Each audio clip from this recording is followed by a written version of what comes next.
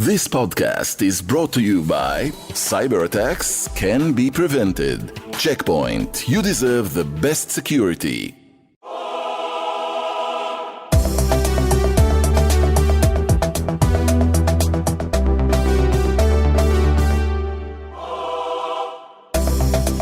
Hello, I'm Yonit Levy of Channel 12 in Tel Aviv. And I'm Jonathan Friedland of The Guardian in London. And we are Unholy, two Jews on the news from Keshet Podcasts, breaking Jonathan away from his vacation to bring you this special update on the Gaza flare-up. Yeah, the best laid plans and all that. We are back because obviously the news is big and it's demanded that we at least talk about it, pay attention to it. You're there, obviously. I mean, I was watching from afar. I don't know, as you and I speak, a truce is there. It is sort of something we can talk about a bit in the past tense, but while it was happening, what was the mood there? Well, first of all, I mean, we should say, right, we're recording this on a Monday afternoon. As you said, ceasefire is holding after three and a half days of conflict between Israel and the Palestinian Islamic Jihad. We'll go into what happened and where we are right now, but you asked about the mood. And I think that we should probably tell our listeners that don't live in Israel, right, that just how quickly Israel kind of turns on the war mode, not happily, right, quite reluctantly. But we are so used to these kinds of skirmishes and flare-ups and conflicts with Gaza and, of course, with other of our foes like Hezbollah, that it's just this sort of speedy deterioration into war mode. And it happens really in minutes. I think that television, I don't want to say accelerates this, but definitely illustrates this, right? Because the three main networks kind of morph into this 24-hour news channel that broadcasts almost nothing but news. So there's no escaping this. Obviously, if you live in the southern part of Israel, you feel it more than others. Definitely in this conflict, central Israel felt it as well. And sort of that speed in which everyone is so used to, this abnormal becoming the new normal. Everyone used to just the sirens and going down into the bomb shelters. It just becomes this. It's so natural, tragically natural for you to sort of switch on that mode. It's quite remarkable, as is the way that Israel returns to normal as quickly as that happens when it ends. And you mentioned going down to the shelters, switching on the permanent rolling news coverage. It's become, I'm guessing, because this is now an annual thing, really. I mean, even when you and I began the podcast, we talked about this at a thing that would happen at intervals. It's now you can almost set your clock by it. It's an annual event. Do people, and I'm particularly thinking actually of children, do people go into a kind of routine now, a drill that they're just familiar with, they know what to do? I felt for a moment yesterday, the news came out that there might be a ceasefire at 8.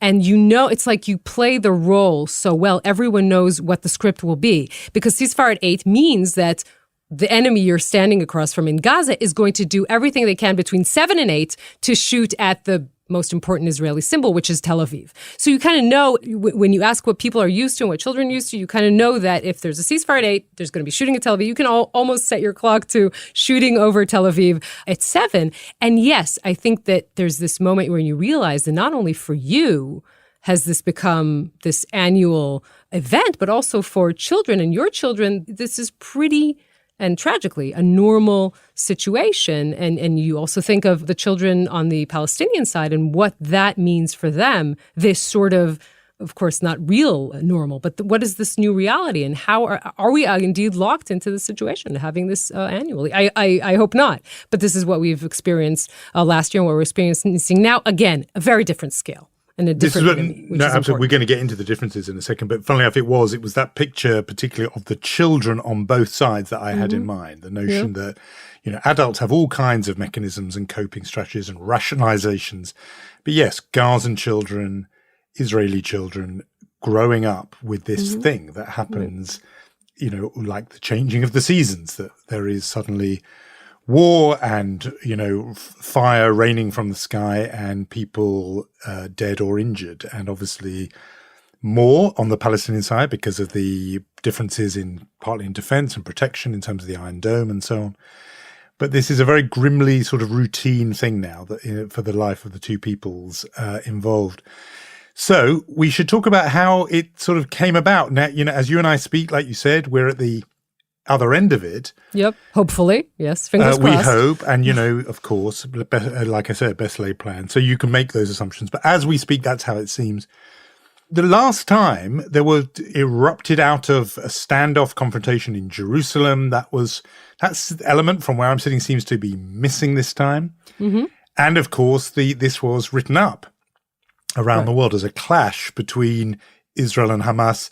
And this time it was written up as something different. Hamas were not, and I know this was a big part of the kind of tension about how much this was going to develop and escalate, but it didn't involve Hamas this time. So in that case, what was it all about? Right. So this is a salient point, right? Hamas stayed out of it. That's why it's a different scale than what we saw last year, Operation Guardian of the Walls, which was last year. This year, it's Breaking Dawn. We might say a thing or two about that.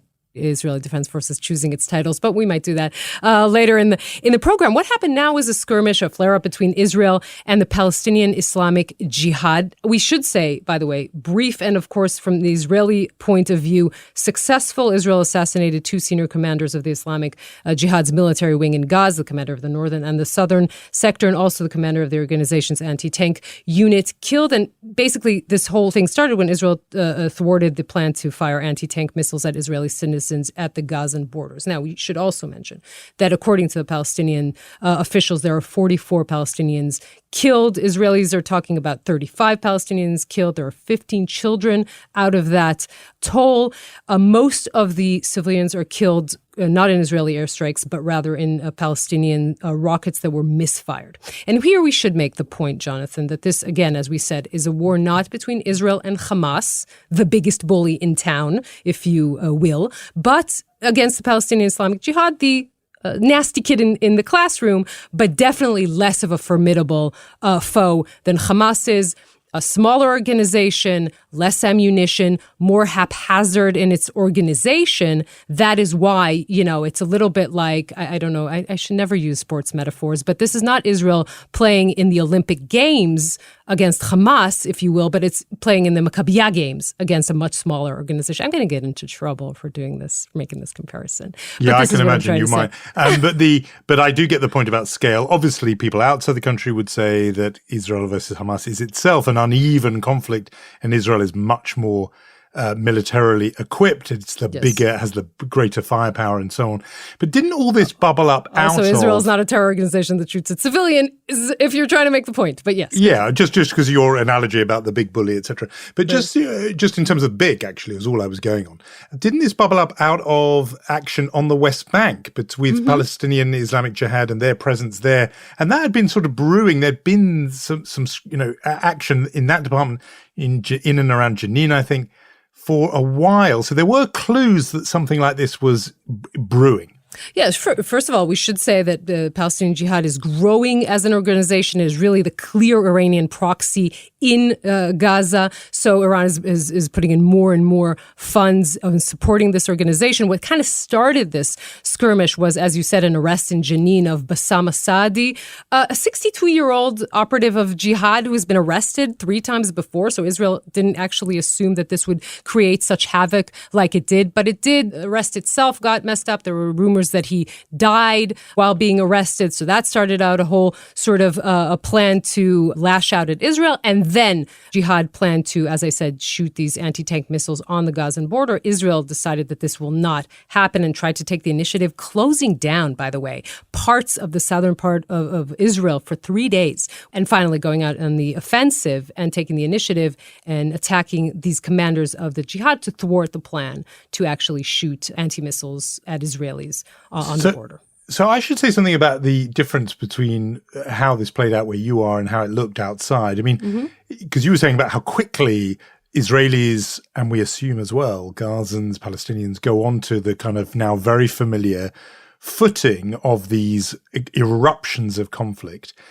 And I was expecting, just in terms of coverage and reaction and response, something similar, that everyone would take up their usual familiar positions. It was interesting partly because it was relatively short. Again, speaking in the past tense kind of conditionally. There is a conditional past tense when speaking about these events. I was expecting there to be that sort of familiar response. And this time there wasn't. And I was looking at sort of front pages of news websites around the world, and it tended to be that Gaza, Israel was the third story or lower down the running order. It was behind Ukraine. It was behind noises coming out of Taiwan, China. And it was not getting the usual billing that we often say. We talked about it with Matty Friedman on the podcast, who's a former AP journalist in Jerusalem. There is a sort of default setting for how the world's media covers violence between Israel and the Palestinians, and it didn't quite go to that level. And I thought it was interesting to watch that. And I thought, okay, give it time. If it goes on longer, it will. And there was that sort of sense of anticipation. It was partly because it was a weekend, and so, there's the full newsrooms are not in operation. But I did also wonder if there was something else going on which relates to the familiarity point, which is, have people, newsrooms included, become kind of inured to this and a feeling that, well, unless this gets really big, unless the death toll starts rising, unless it becomes more spectacular, unless Hamas become involved, unless it goes to day 6, 7, 8, we're kind of not, breaking a sweat on it just yet. And I don't know if that's right. It was too small a data set. It was just 2 or 3 days. But it was just striking to me anyway that we didn't get the full court press that sometimes happens when these episodes happen. And does that perhaps suggest a small shift in international media attitudes to the conflict? Maybe. I think 2 things didn't happen here. One is that the violence didn't spill over. And we talked about this, right? Remember when we talked about Operation Guardian of the Walls, and everything spilled over to East Jerusalem. And it spilled over to, tragically, to the mixed cities between Arab Israelis and Jews. And this is partly because Hamas was very successful in galvanizing Arab Israelis as well as Palestinians from East Jerusalem into the fray. Again, we say this, Hamas didn't intervene this time. Actually, in a surreal way, if it did interfere, it was to kind of sit with the Israelis. This is very strange, right? And not sit with them physically, but try with them to pressure Islamic Jihad to agree to the ceasefire. Violence didn't spill over. Something else didn't happen here, Jonathan. Israel didn't make a tragic mistake, like sometimes happens during these sort of prolonged conflicts that, heaven forbid, this rocket, its trajectory hits innocent civilians in a huge number, or, this kind of thing that happens. And then Hamas wouldn't have a choice. It would have to enter this conflict, and the whole world would be castigating Israel. This didn't happen this time. As I said, there are civilian casualties, and that is always a tragedy, but Israel was always very quick to prove this time that what happened was actually a few misfires of missiles that hurt civilians and not Israeli strikes, which were very, very specific. And Israel was, I don't want to say only lucky in this, but definitely also lucky. I mean, there were obviously some civilians killed as well. You're talking there about this interesting episode, or tragic episode in Jabalia, where in that Palestinian Saturday refugee afternoon camp, I think 4 of the 5 people four killed. Palestinian children. Yes. Yeah, and Israel was very, very quick this time to say, yes, that happened, but it wasn't us. And here's the video evidence. Exactly, but to put out the video. Putting out the video. And I got a text message from someone, long-time listener to our program, very involved in all of these issues, who said something different going on here. It's like Israel has hired some top PR executive on, multiple thousands of dollars a month, because this is not how Israel normally handles it. Normally, Israel is much slower. It's much clumsier. Yep. It doesn't get the response out quickly. And this time, again, it's a small data set, but this time runs the argument that Israel got in there very quick, and it didn't catch fire in quite the same way and become an international cause célèbre that Israel had killed these 4 children, because Israel was very quick with the rebuttal to say it wasn't Israel, it was a misfired rocket from the Palestinian Islamic Jihad. There was video that came out from pilots of the Israeli Air Force targeting Khalid Mansour, one of the top generals of the Islamic Jihad, and not firing, boarding the operation 3 times because there were civilians around his apartment. And they put out that video as well to show, again, that Israeli Air Force and Israeli forces in general did everything in their power to avoid civilian casualties. Tragically, that wasn't an entire success, because there are, as we said, civilian casualties. But again, Israel was trying to prove its point, and as you said, did it quite effectively. I don't know of any PR person being hired, but I think that the spokesperson for the IDF the whole unit did a pretty good job this time. I wondered, we're going to come on to talk about him soon, but there is a comms guy at the top of the Israeli government now in the form of a broadcaster, journalist, columnist, Yair Lapid. There was a pretty slick comms guy at the head of the Israeli government before in the form of Bibi Netanyahu. So I don't know if we put any of this down to Lapid or whether it's something else. But it was interesting to note that Israel's communications and sort of PR effort was different this time. All of that, I have to say, is a cue for somebody like me to say, look, I get why Israel's advocates and defenders feel pretty good about this because it was short and sharp. The messaging was quite effective. It didn't become a cause célèbre in terms of international coverage, immediate, and so on. But, and it goes to how your point, with the one you began us with, really, which is the sort of sheer familiarity of this and how Israelis are almost sort of now conditioned to just go into a certain mode with this, which is just the depressing quality of this, which is, yeah, sure, this specific one can go less badly or more badly than previous episodes, but overall the constant Groundhog Day repetition of this does, to me anyway, underline something very depressing and sort of futile, which is, sure, one operation might be more or less successful than another, but underneath it all is the fact this problem is not solved. And it's not just not solved, it's not really even addressed. So it really does feel like looking at a patient who is constantly dealing with the symptoms, getting ever more, effective Band-Aids and saying, well, look, I've got this extra sharp Band-Aid now that only needs to be on for 2 days. And look, I can whip it off and no one screams. Isn't it great? And I'm thinking, yeah, fine. But there's still the problem. You're still sick. There's still a sickness here. And that is this constant blockade. It's now, 15 years plus of Egyptian-Israeli blockade of Gaza.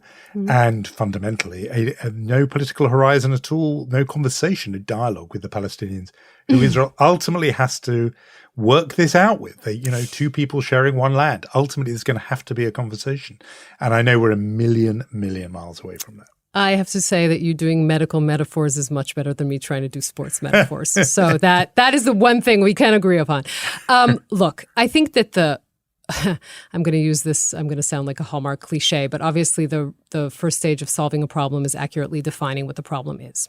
And the problem is that there is a terrorist organization that is, on the one hand, a terror organization that wants to bring the end of Israel. On the other hand, it is a political group that is holding or responsible for the lives of 2 million Gazans. Now, this is the predicament that not only Israel is in, but also these Palestinians are in. Now, what do you do about Gaza is the question.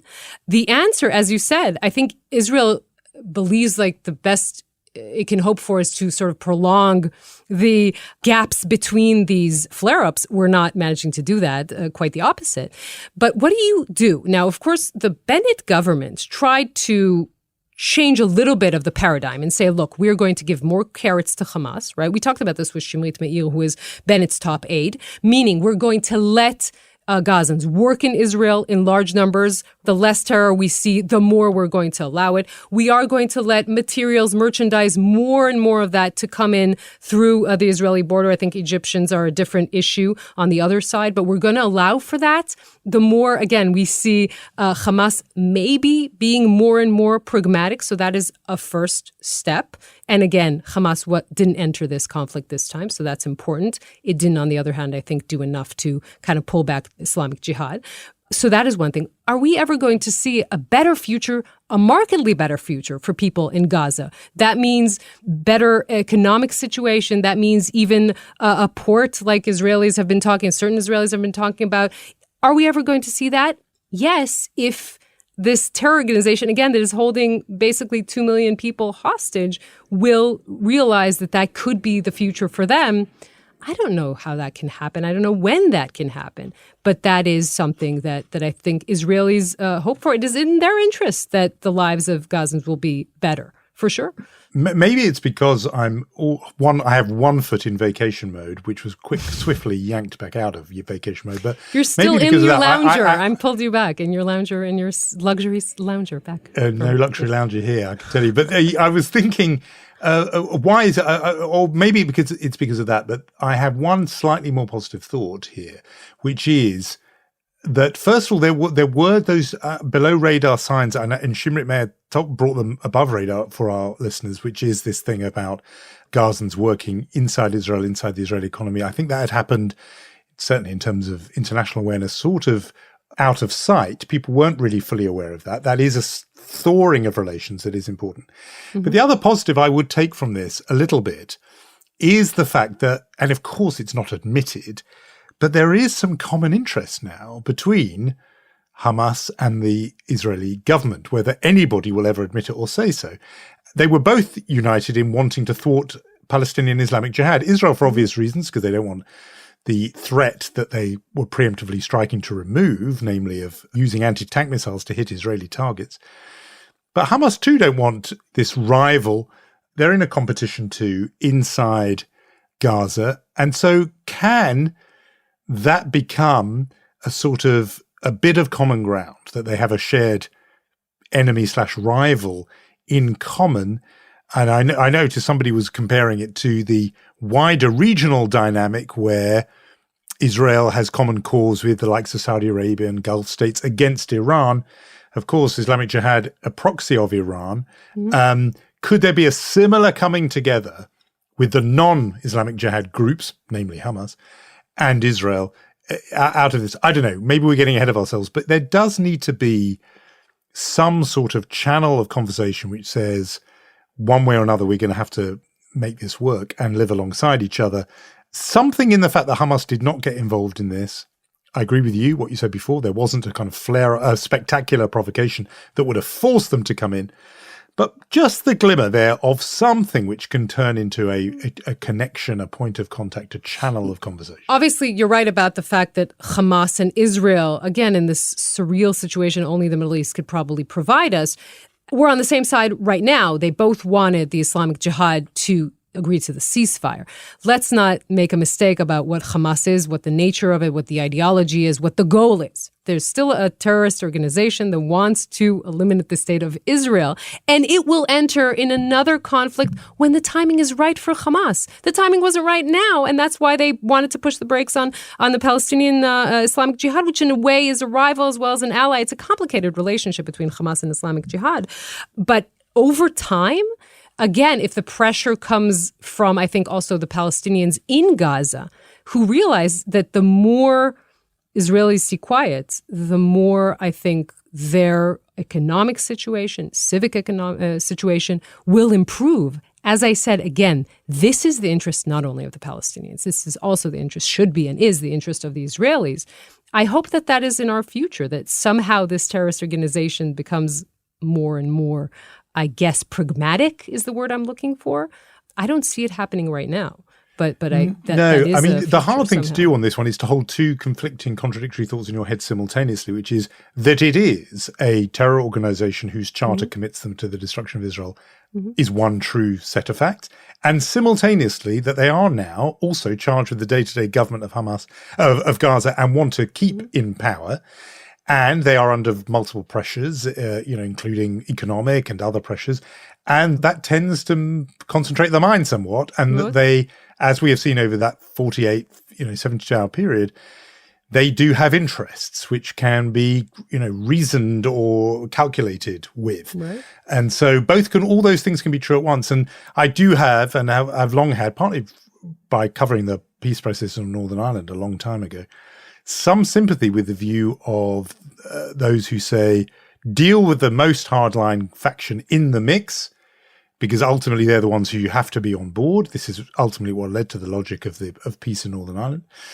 And even those who seem implacable and wedded to terror, they will have interests that can be pragmatically appealed to. And, it's a process. Mm-hmm. So I think you can hold all those sets of facts in your mind at once. I agree with you. Now is not the moment. That you'd be crushingly naive to think that Hamas are ready to put flowers in their hair and, sing San Francisco anthems from the 1960s. That is not about to happen. I agree. Nope. But that there is a path there, that you can ultimately negotiate with sort of anybody is kind of where I come at this from. So otherwise, it's just we, set them an alarm clock for another repeat of this in a year, 9 months, 18 months, who knows? But you and I will be back here again going through the same conversation. Tragically, you might be right. We should also talk about this the fact that this all happens less than 90 days before an Israeli election. The prime minister is Yair Lapid, and we have talked on this program more than once about how Lapid always lacked gravitas when it comes to military, right? Israel's political, let's say its ruling elites have always prided themselves, some of them, on being in combat units in the military. Definitely true for Benjamin Netanyahu and for Naftali Bennett, Benny Gantz, of course.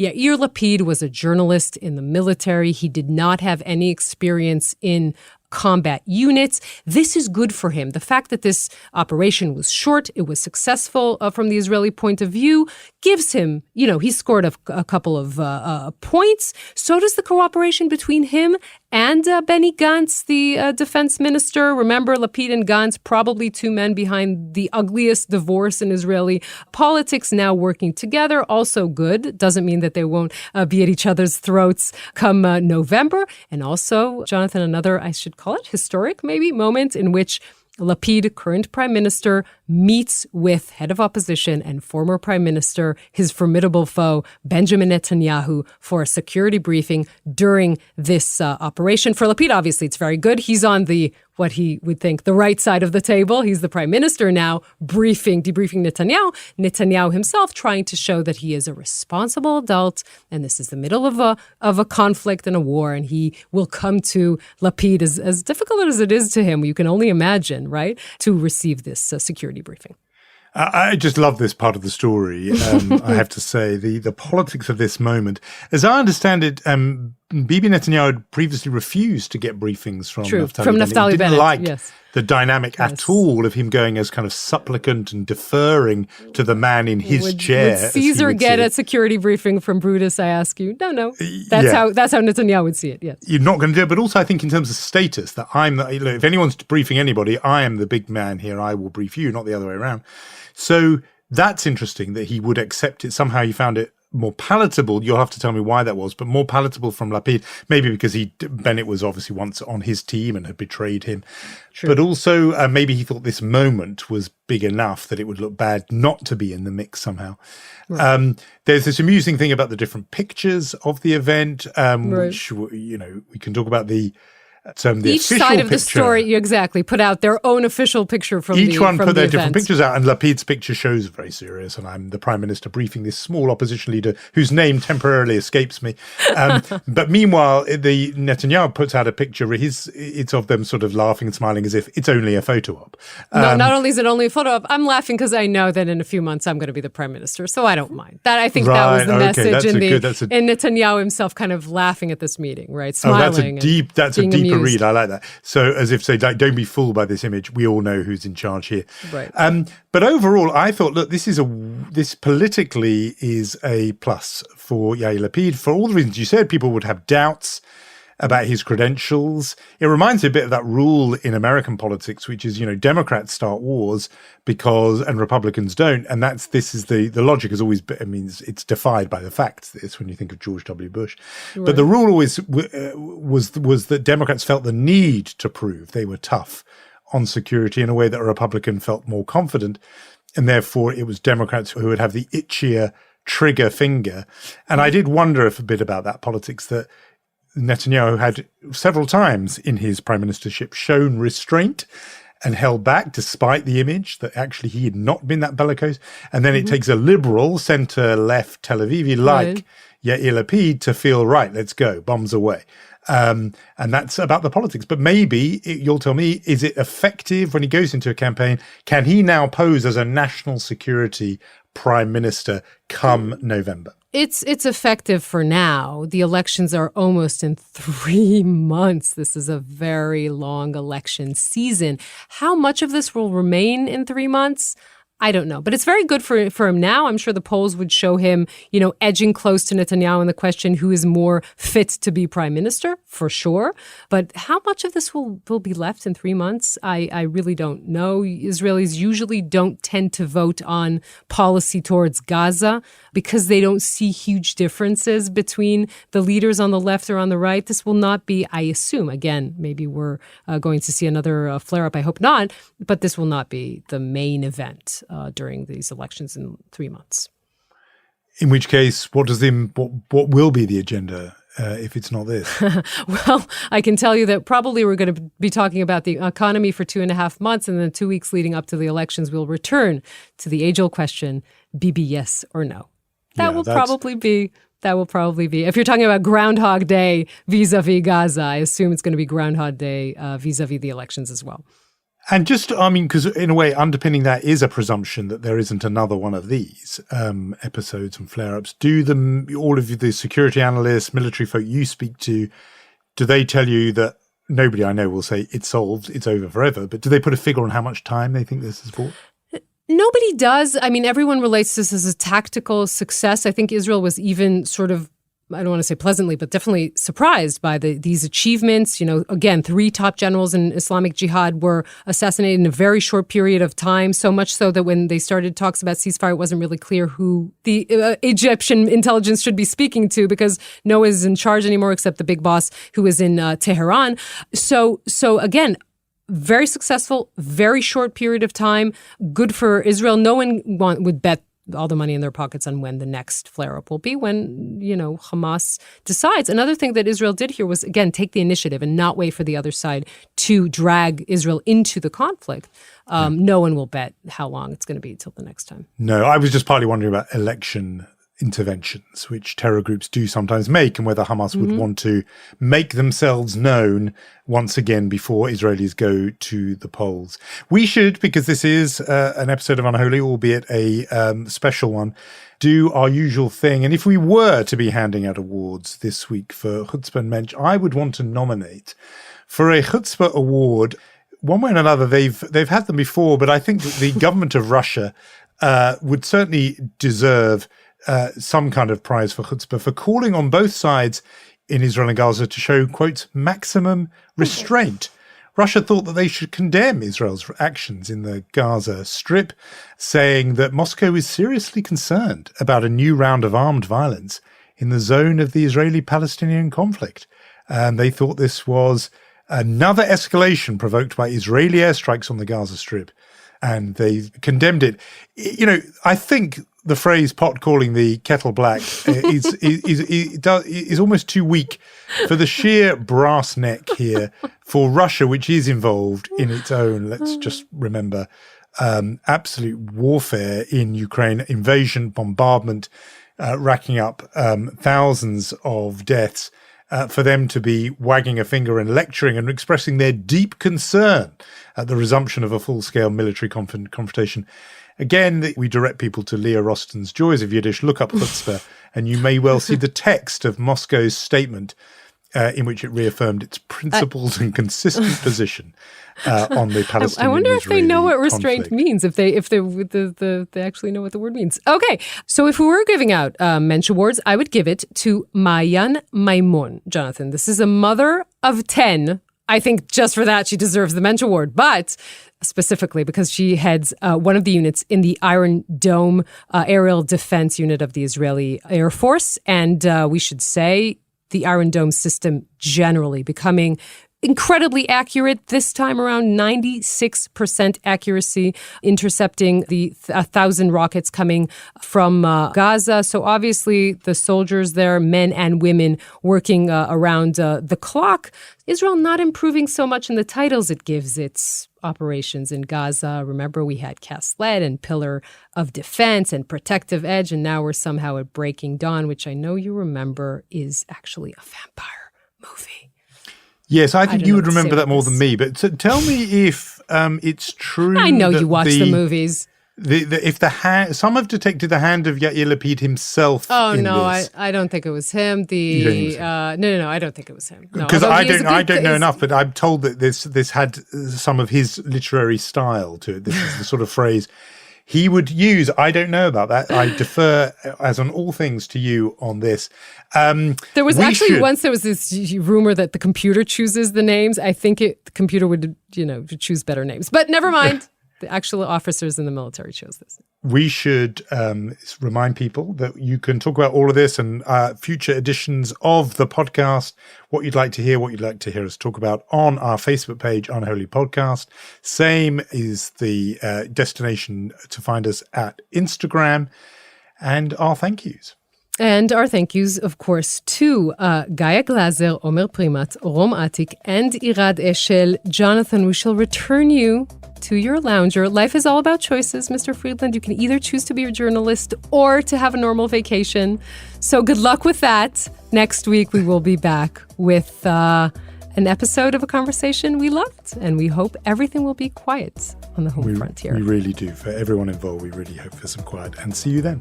See you.